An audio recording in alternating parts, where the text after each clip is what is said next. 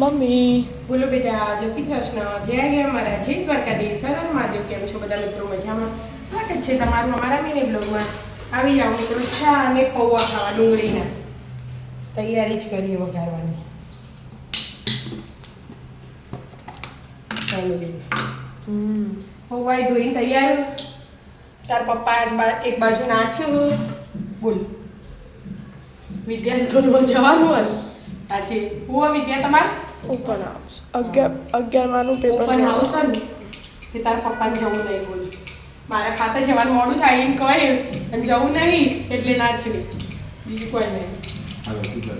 સન હું એમ કહું કે હાર હું જોઈ તો એને ખુશ તો મોડું નહીં થાય. તો પણ ગાડીમાં જતી હેડો કે તમે એટલે તમે બહાર જતા હોય એટલે હું કહું કે તમે ટાઈમમાં 10-15 મિનિટમાં છોકરો પાસે ના કાઢી શકો તમે.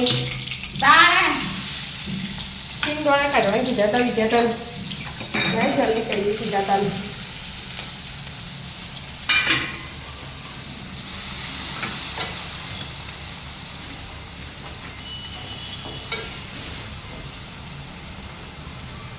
કોનો ફોન આવી ગયો હવારમાં? એમ બે પોણી હશે બીજું શું. જો ચા તો બની જઈએ. આ ડુંગળી ચડે એટલી વાર તમે તો ફૂલ ગેસ રાખી દો, ફટાફટ થઈ જાય. તો ઘરમાં બધા આતંકવાદી જેવા આપણે કઈ બોમ્બ ફૂટવા માટે ખબર ના પડે એમ. જો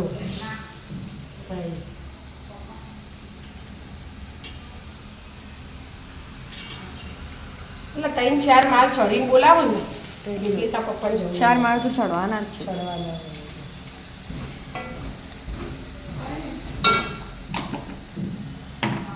સાદા સિમ્પલ બનાવી દો.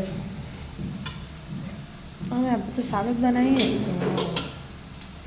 તો આમાં પૌવા આવી જશે એટલે હા, વિદ્યા ઢોળા ધોઈ દે છે ફટફટ સમાન. પુષ્પા ફોન આવ્યો તો કે મમ્મી આવો તો પપ્પા પપ્પા આવતી હસતો પહેલી વાર જોઈ તા પપ્પા.